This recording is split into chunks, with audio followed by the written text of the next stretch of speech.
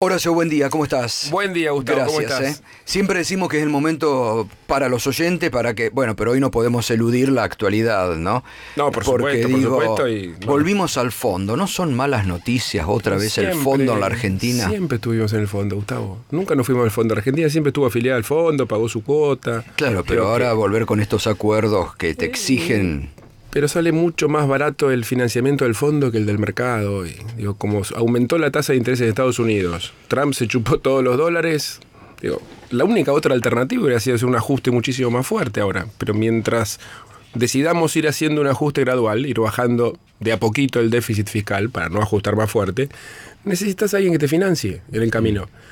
Venía financiándose la Argentina con el mercado, se cerraron los mercados, básicamente porque Estados Unidos se chupó la guita, aumentando la tasa. Necesitas una alternativa, y esta es la más barata. Ahora, la más barata. ¿Y por qué no se hizo antes? Porque antes te financiaba el mercado, porque hasta hace 2 meses te financiaba tasas razonables, incluso en enero fue la colocación más baja en tasa de la Argentina en su historia. Entonces te venía financiando el mercado, en un momento Trump sube la tasa, te toma los dólares del mundo y necesitas una alternativa. Si no, había que ajustar una u otra. Ahora, ¿no viene un ajuste de Horacio igual?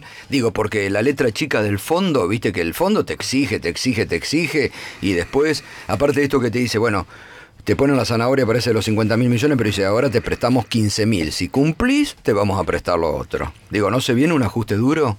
Mirá, ya se venía haciendo una reducción del déficit, que es lo que tiene que hacer. En algún momento tenés que vivir con lo tuyo. No puede vivir de prestado toda la vida. Entonces ya venía viendo una escalerita de bajar 1 punto el déficit fiscal por año. Ya estaba previsto la baja para el año que viene, con lo cual hay que cumplir con eso, por supuesto. Horacio, yo con todo respeto te lo digo. Sí, por supuesto. Y con, digamos, para charlarlo. Siempre hablamos con respeto. Sí, además, a ver, yo siempre destaco, y por eso desde hace tantos años que nos conocemos con Horacio Rodríguez Larreta, que es la persona con la cual se puede debatir libremente y anteponer distintos criterios, hacemos. Sí, hay cosas que estaremos de acuerdo y otras por que no. Supuesto, y esa es la vida esa es la democracia. Y el respeto que uno gana a través del tiempo, ¿no? Justamente. Te digo que te lo digo con respeto, pues te lo voy a decir en tono un poco chicanero, sabiéndolo, ¿no? Dale, pero para que se entienda un poco la así figura. Es Cufré también. Dale. Vos me contás el cuento de Caperucita Roja. Ninguno. Y yo la verdad es que lo que veo, que acá lo que está es el lobo. Porque vos me decís, nos financiábamos con el mercado, estaba todo bien, tomamos 100.000 millones de dólares de deuda, lo cual es natural para un país, endeudarse en 2 años en 100.000 millones. Es algo normal. Y bueno, eso se cortó. Y bueno, ahora vamos al Fondo Monetario. Eso es Caperucita Roja. Yo lo que veo es... te financiaste. Tener que financiarte no es Caperucita Roja, es un problema. Es un, bueno, sí, ¿y por qué te financiás en 100.000 millones de dólares en 2 años? Porque habilitás la fuga de capitales, porque haces una avalancha importadora, porque permitís que se te vayan miles de millones de dólares por turismo, porque justamente como te endeudás tenés que pagar cada vez más intereses de la deuda. O sea, vos generaste una política económica desastrosa que te lleva a esta situación ruinosa de tener que ir a un acuerdo con el Fondo Monetario. Eso para mí es el lobo. Perdón. Para mí lo que fue desastroso y catastrófico es el país que nos dejó el kirchnerismo. Eso es lo desastroso. Justamente, tenés que financiarte afuera porque el kirchnerismo nos dejó un déficit fiscal. El país tiene que financiarse y se endeuda para pagar el déficit. El turismo, todo eso es de los privados. Acá el problema es el déficit fiscal. El Estado gasta más de lo que tiene. Gastaba mucho más de lo que tenía y nos estábamos yendo cada vez peor. El gobierno arranca con un 5%, 5 puntos del PBI de déficit en el 2016, que es una catástrofe.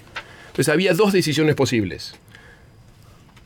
O hacer un ajuste bestial el primer día para llevarlo a cero y no necesitar el financiamiento de nadie. Esa era una alternativa. La otra alternativa era ir haciéndolo gradualmente, bajando el déficit que nos dejó el kirchnerismo, bajarlo gradualmente. Se estableció lo segundo, 1 punto por año, 5, 4, 3, 2. Ahora, si vos decidís hacerlo gradual, necesitas a alguien que te financie en el camino. Tener que hacer eso no es ninguna Caperucita Roja, es un país que tiene problemas. Por supuesto que tenemos problemas. Por eso necesitamos que nos financien de afuera. Entonces, esa fue la decisión que se tomó, de ir bajándolo gradualmente el déficit que nos dejaron. 1 punto por año. Ahora, hace 2 meses... Perdón, termino. Hace 2 meses... El mercado que te venía financiando dejó de financiarte. Entonces, cuando vos decís por qué te endeudaste, por el déficit que nos dejaron, no hay otra explicación. Bueno, para eso te endeudas. Ahí es donde yo discrepo centralmente y te podemos digo discrepar. ¿por qué? Porque el problema tuyo, el problema de la Argentina, no es esencialmente el déficit fiscal, por el cual tenés que... Porque si el problema fuera el déficit fiscal, te endeudás en pesos, no te endeudás en dólares. Te endeudás. Acá el problema es el déficit externo. Bueno, pero el déficit... son diferentes visiones. No es diferente. Según tu opinión, ese es el problema. Claro. Según mi opinión, el problema es que nos dejaron un país que gastaba más de lo que podía. Pero yo lo voy a argumentar por qué es el problema el déficit externo, el déficit de divisas. Porque vos, si tenés una fuga de capitales a partir de que levantaron el llamado cepo de 30.000 millones de dólares por año, permitís, por ejemplo, que se compren más de 5 millones de dólares por mes, o sea, sin ningún tipo de restricción. Antes había un tope de 2 millones, después se llevó a 5 millones y ahora no hay ningún tope. Los más ricos de la Argentina te compran 200 millones de dólares por mes. Bueno, ¿de dónde salen todos esos dólares? Si vos ese es un factor central, la fuga de capitales que habilita este gobierno con la desregulación del mercado de capitales. Yo no coincido con el cepo, ningún país del mundo tiene cepo, ni uno solo tiene cepo y nosotros deberíamos tenerlo. Yo creo que haber salido del cepo es una buena decisión. Claro, está bien. Y volvemos a discrepar, pero bueno, no nos pondremos de acuerdo. Lo que yo te estoy planteando es que el problema es el déficit de dólares. Por eso, yo creo que un problema es la fuga de capitales, otro problema es la avalancha importadora que te genera un déficit de divisas enorme. Otro problema es como este endeudamiento te genera una carga de interés cada vez mayor. Es que el endeudamiento, perdóname, el endeudamiento entonces, lo tenés que tomar para financiar. El problema no son el déficit fiscal, el problema es el déficit externo. Bueno. La restricción externa que tuviste históricamente en la Argentina, que el gobierno anterior, cuando se le puso difícil, puso el cepo, y este gobierno lo que hizo fue simplemente endeudarse hasta que explotó. Y cuando explotó fueron al Fondo Monetario a endeudarse por 50.000 millones. Bueno, evidentemente no vamos a coincidir en esto. Mi opinión es que dejaron un gobierno que gastaba muchísimo más de lo que le ingresaba. El mismo problema que tendría alguien en su casa si gasta más de lo que tiene. Y eso, de vuelta, si en tu casa gastas más de lo que tenés dos alternativas. O gastar menos de un día para el otro, o pedir un crédito en el mientras tanto. Y fue lo que decidió la Argentina, es pedir un crédito en el mientras tanto. Pero bueno... yo digo, digamos... Y de ninguna manera, lo que no te tomo, de ninguna manera que yo haya dicho que el país es Caperucita Roja, ni nada por el estilo. No, yo lo describí. Por endeudarte supone que tenés un problema, si no, no te endeudás. Entonces lo que tenemos que ir haciendo es ese problema, reduciéndolo cada año un poquito más. Pero bueno. Ahí Carlos Melcoñán hablaba hasta hace poco del plan Perdurar. Como que, bueno, el gobierno, antes de la llegada del fondo y antes de esta crisis, esta corrida cambiaria, como que el gobierno iba a tratar de llegar al 2019 para lograr la reelección y después hacer el ajuste. Muchos dicen, bueno, se anticipó, el fondo ahora blinda al gobierno para que justamente se cumpla con eso. Digo, ¿no fue apresurado?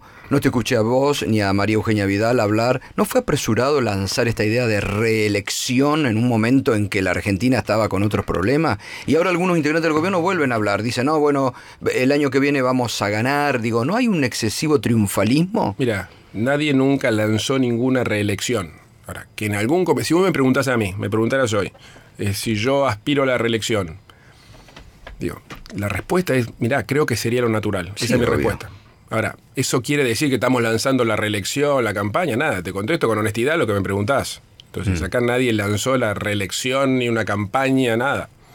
Digo, estamos laburando mucho, falta 1 año y medio para la elección. Tenemos muchos problemas en la Argentina con los que tenemos que trabajar. Yo tengo miles de proyectos en la ciudad en marcha que tengo que seguir, completar, y coordinar. Entonces, porque nadie habla de una reelección, ni lance una campaña, ni nada. Hoy leíamos, por ejemplo, la columna de Marcelo Bonelli que dice que va a haber un ajuste en la obra pública de 70.000 millones.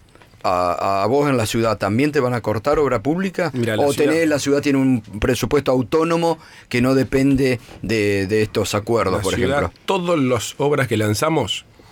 Y si me paro acá, tenemos acá cerca, tenemos por ejemplo la obra enorme que tenemos de levantar el tren, por ejemplo, quizás. Hay obras para destacar. Ya hoy no tenés la barrera de Córdoba. Eso no entra en ninguna discusión, la ciudad, las obras que hay. Perdón, ¿esa obra va a afectar el Parque de la Ciencia? Ahí donde está el... No. ¿No? No. Porque algunos vecinos estaban preocupados, por eso te lo pregunto. Esa obra, más o menos, para que... Hoy tenés una... Bueno, estamos hablando de la que sale de Pacífico, la de las vías del tren, por los que nos están escuchando. El Parque de la Ciencia, que está lindísimo. Sí, por eso pregunto. El otro día pasé, no hay tanta gente. Necesitamos darle más conocimiento porque está bárbaro. El Parque de la Ciencia es Juan B. Justo y Godoy Cruz. Sí. ¿No? Y Paraguay. Paraguay, sí, se entra por Paraguay. Juan B. Justo de un lado, Godoy Cruz del otro y Paraguay. Del otro. Ahí donde tenés la vía, viste que tenés la vía el terraplén de la vía del lado de Juan B. Justo, en el mismo lugar que está la vía, va arriba. El mismo lugar donde está la vía, va arriba. Con lo cual, todas las barreras que tenés de ahí hasta Paternal, desaparecen. Sí, esa es la obra que se está planteando. Claro, el tren va arriba y las pasan todas por abajo. Pero es justo más o menos donde está la vía hoy, con lo cual, donde está abajo la vía, hoy va arriba. Pero digo, ¿a vos entonces en la ciudad? No. Todas las obras que están lanzadas en la ciudad tienen el financiamiento previsto para terminarlas. Todas, así que nos quedemos tranquilos, cumplimos con los tiempos. Siempre aprovecho a pedir disculpas a la gente porque hay muchas obras en marcha que generan una molestia, sin duda. Para cerrar este bloque de actualidad que ha estado realmente muy bueno y la verdad que con estas discusiones ayuda muchísimo y a mí me gusta y enriquece, digo, ¿el gobierno saca algo, querés vos, mirándolo? Porque vos no estás en el gobierno nacional. Vos estás en el gobierno de la ciudad, vos mirás también un poquito, supongo que en la intimidad harás algunas críticas cuando se reúne. Digo, el gobierno tiene que sacar alguna autocrítica de lo que pasó a nivel de coordinaciones, de funcionarios, de euforias que por ahí no existían, de caminos que habrá que corregir. Gustavo, esa autocrítica la hizo el propio presidente, que fue bastante claro. Dijo varias cosas. Dijo que no había sido suficientemente claro y contundente al principio de lo que recibió. Dijo que había habido problemas de coordinación dentro del equipo. Lo dijo él con todas las letras. Y está bien, siempre se aprende de estas cosas. Ahora, sin embargo, también esto es decir, yo digo, cuando Todesca tomó después el INDEC, el mismo INDEC de Todesca había dado un crecimiento del 2,5, digo, de la economía en el 2015. Digo, tan pesada herencia tampoco. Bueno, tenías un déficit fiscal que iba arriba de los 5 puntos, venías ¿y no lo aumentó de una inflación. ¿El gobierno? No, hoy está bajando, el déficit fiscal está bajando. Este año va a ser 2,7. Pensá que si venís de 5 es más o menos 1 punto por año de baja. Ese es el gradualismo, bajar el déficit 1 punto por año, que es lo que está previsto seguir para adelante. Pero lo dijo el propio presidente, esas autocríticas las hizo, y está bueno aprender de las situaciones.